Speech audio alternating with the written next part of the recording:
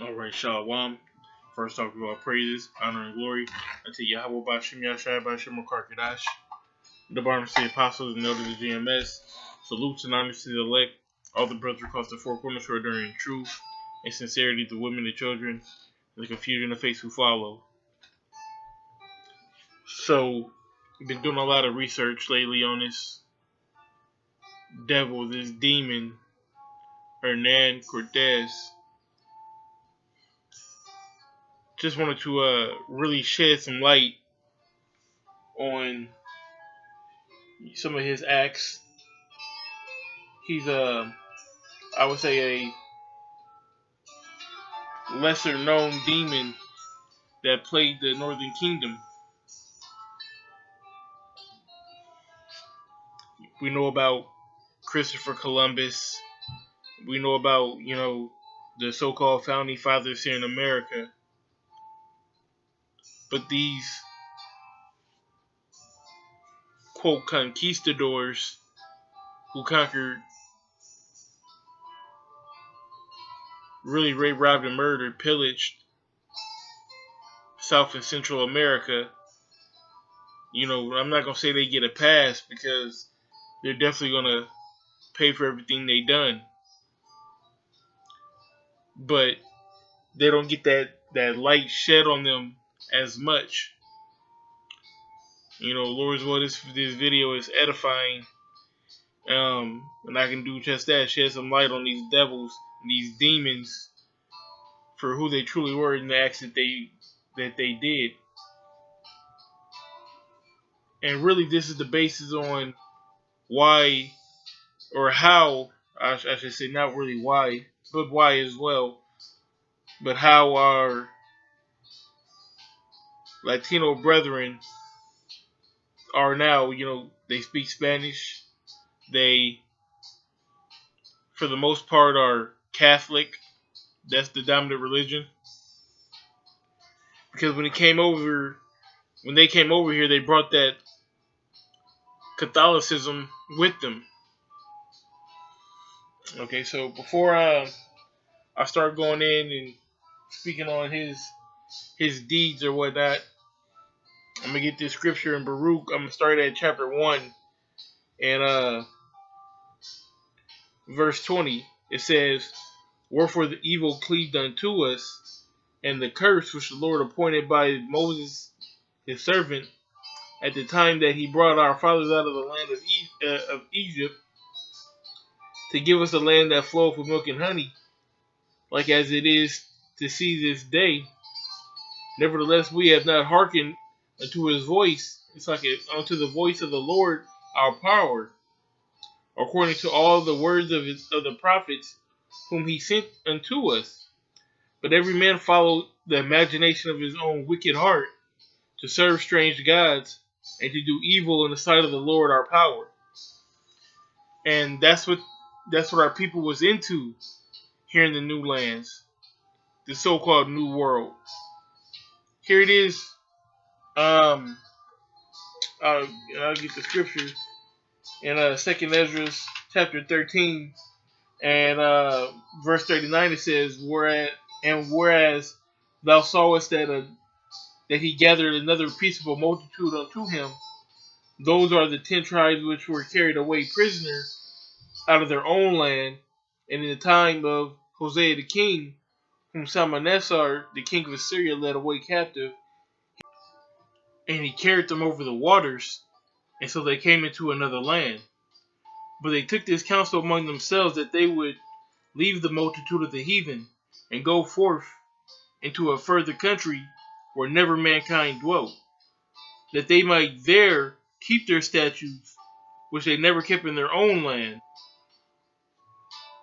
And that's the whole point of the northern tribe coming over here, was so that they can keep the law, statutes, and commandments that they weren't able to keep in slavery, and while they were in the land of Judea, the land of Israel, should I say. But we're going to go into chapter 2. It says, therefore, the Lord hath made, this is Baruch 2 and 1, Therefore the Lord hath made good his word, which he pronounced against us, and against our judges that judged Israel, and against our kings, and against our princes, and against the men of Israel and Judah, to bring upon us great plagues, such as never happened under the whole heaven, as it came to pass in Jerusalem, according to the things that were written in the law of Moses, that a man should eat the flesh of his own son, and the flesh of his own daughter.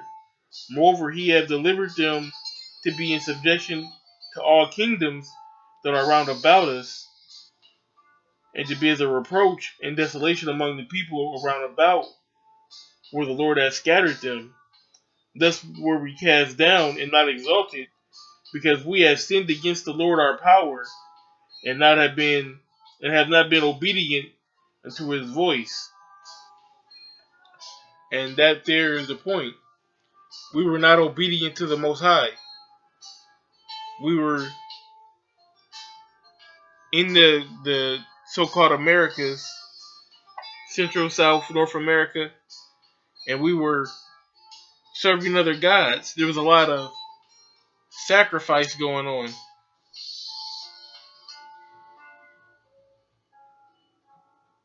And the Most High seen that, and he sent these devils to put us in subjection. We know Esau's gift is the sword, and he used it mightily against the northern kingdom.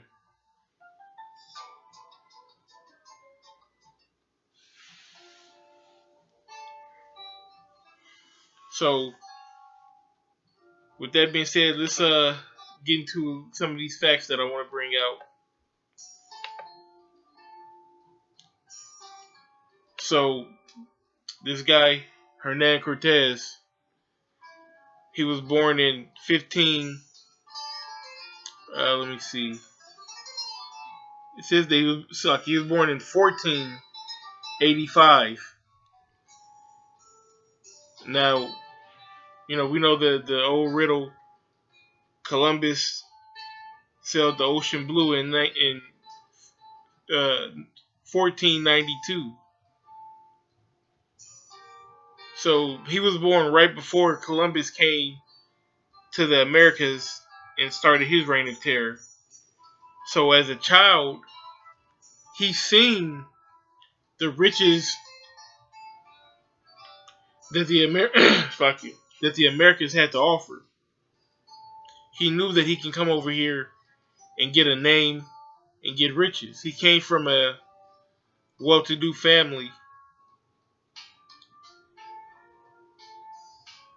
It says that it was lesser nobility, but he wasn't dirt poor.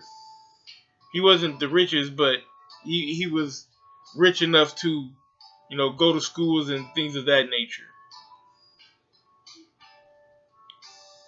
But he came over to this side, and that's where he pretty much began his career.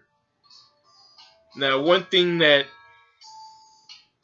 the majority of these conquistadors have in common is their want for fame and riches. Because I did a little research on other conquistadors that some of them conquered the Incas, some of them went to different parts of South America, and let them tell it they discovered this or they discovered that. But discover is just a cop out for rape, rob, and murder, pillage. Because that's really what they did. That's really how they did it. But we're concentrating on this devil. So he first landed in the Yucatan, which is the peninsula in Mexico. So when he landed, he ran into a Spanish priest who had, ironically, I guess he was shipwrecked and he was enslaved by the Mayans, but he somehow got away. And he ran into Cortes, and from his slavery, he was able to speak the Mayan language. So he was able to have a interpreter, if you will. Now, as this devil went along, raping, robbing, pillaging, he also made some covenants with some of the people. You know, he made allies, should I say, and he made war. And through that war, he ended up getting 20 slave women. One of them being La Malinche. Hope I'm saying that right. Am I saying that right? Yeah. La Malinche, which La Malinche is known today, still in Mexico, as a trader. Malinche is the Benedict Arnold of Mexico.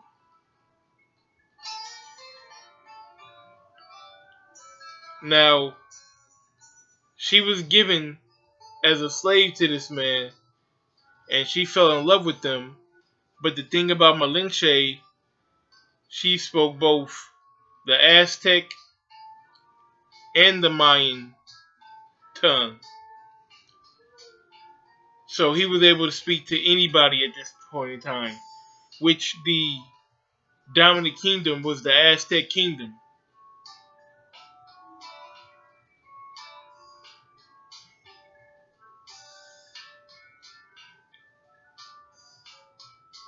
I know I paused there. That's just because I'm thinking, like you watch the Discovery Channel and they talk about, just sidebar.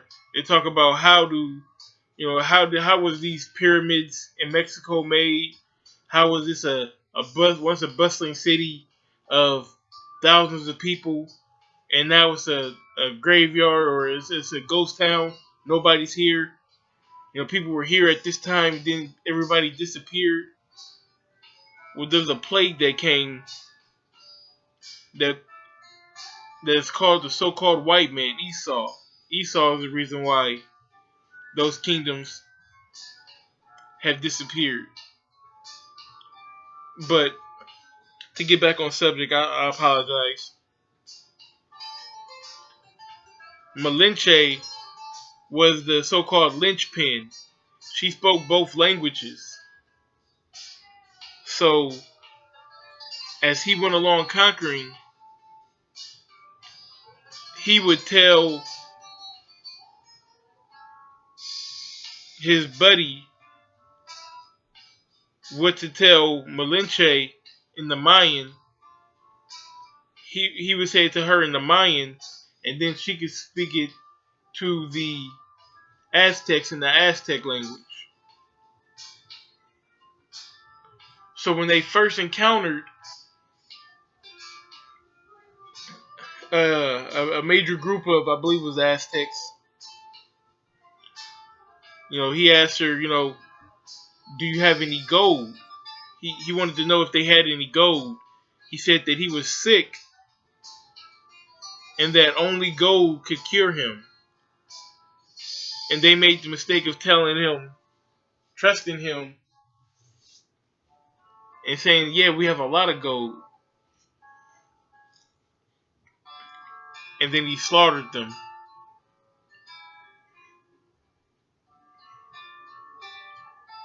And like I said, Malinche was the linchpin that did it. Block you.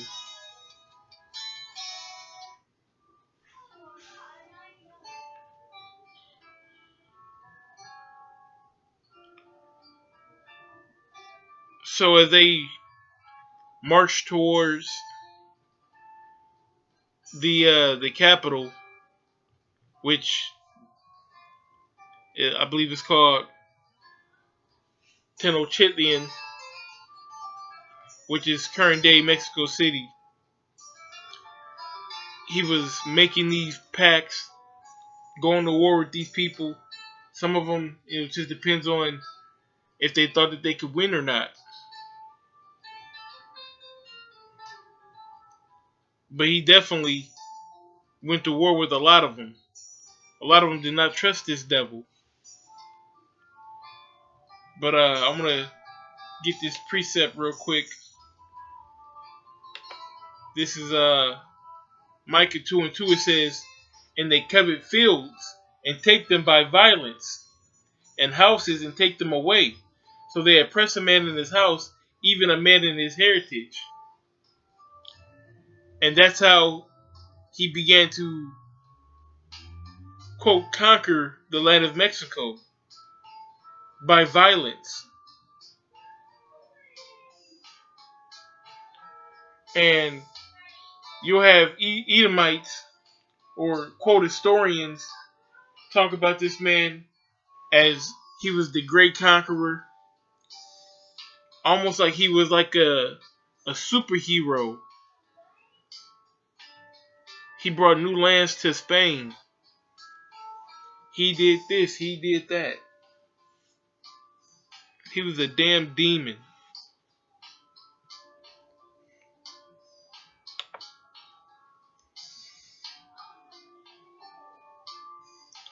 Get another precept real quick.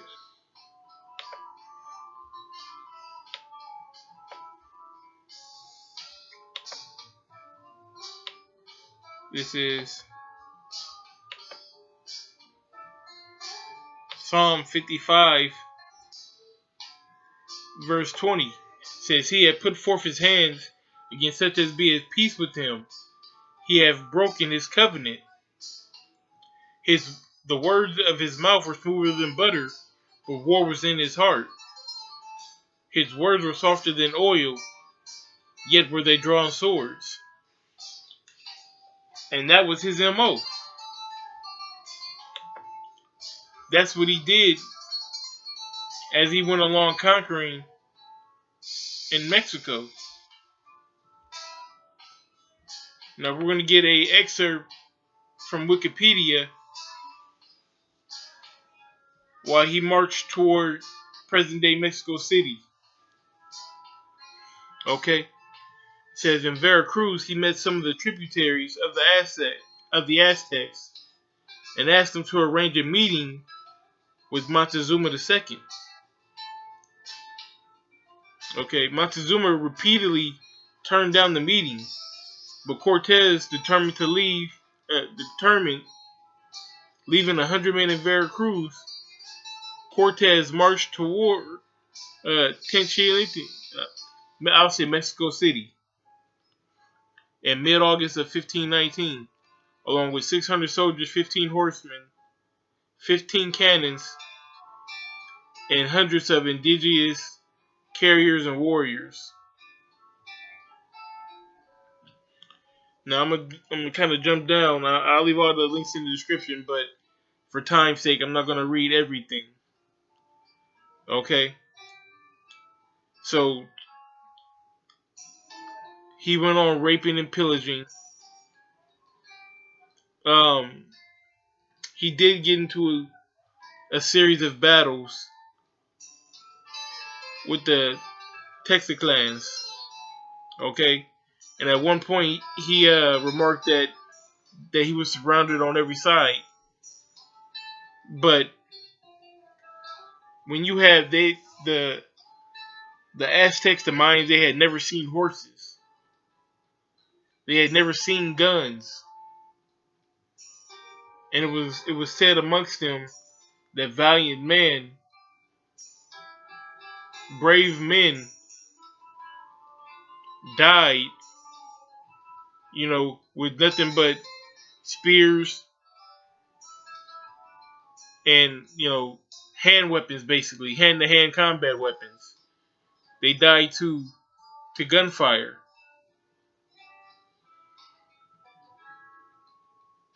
It said that he had 15 cannons. So even though, Jake might have had the numbers, this devil's blessing is the sword, and the sword prevailed. So by the time he got to Mexico City, he had a large army.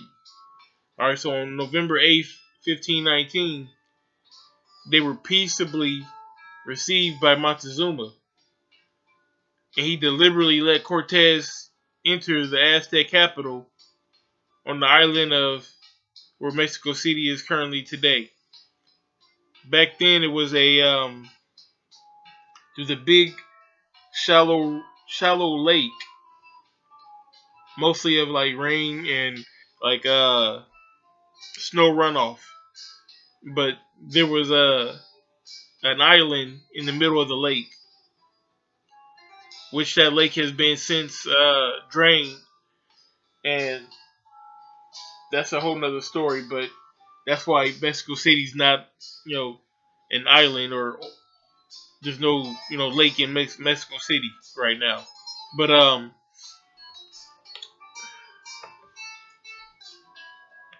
Montezuma received him peaceably,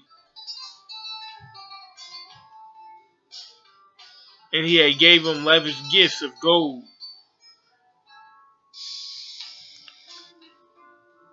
He wanted to basically get to know their weaknesses better to crush them later.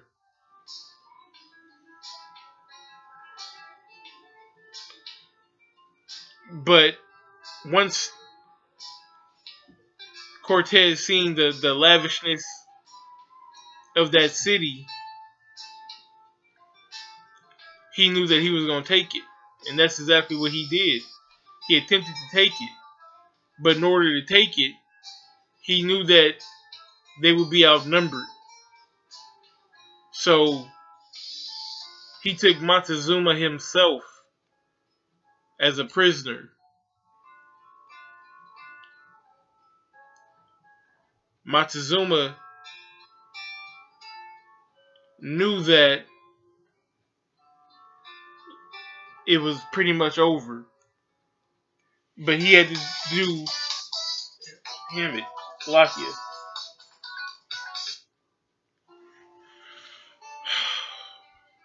He had to do what he thought was best for his people. So he allowed himself to go into custody. And then they set him up as a puppet. And as he did their bidding, of course, the people looked at him like, what the fuck? Like, what's really going on here?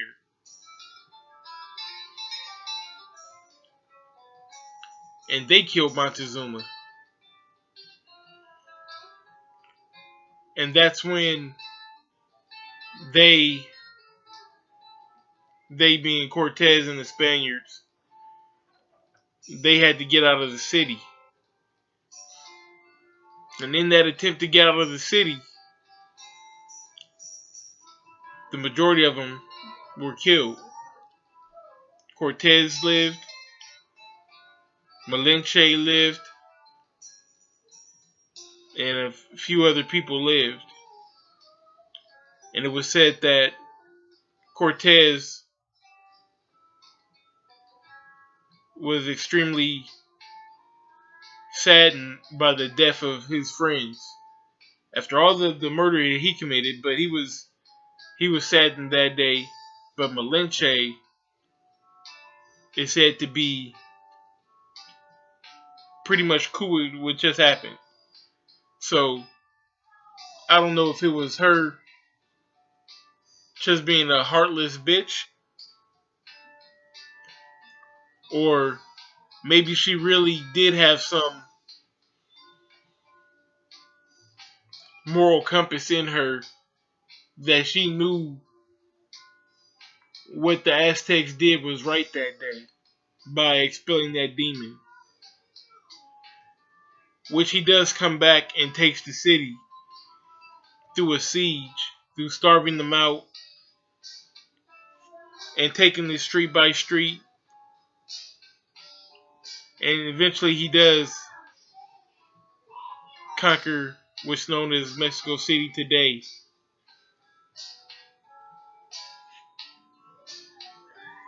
And pretty much the whole of Mexico. But this is the way that the devil did it. He didn't come and fight fair or anything like that. He was a demon and he did what demons do. He used his weapon in which the Most High gave him.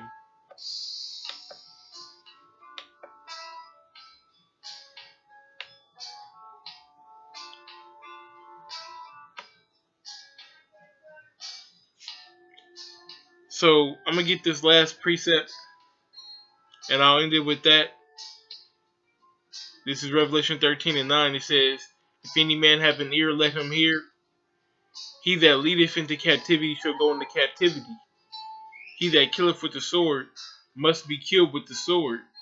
Here is the patience and the faith of the saints.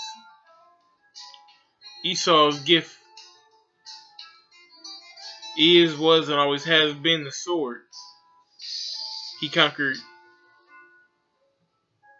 raped, robbed, murdered, pillaged many lands with the sword. And the Most High is going to return that blessing upon his head. These demons are going to pay for everything they did.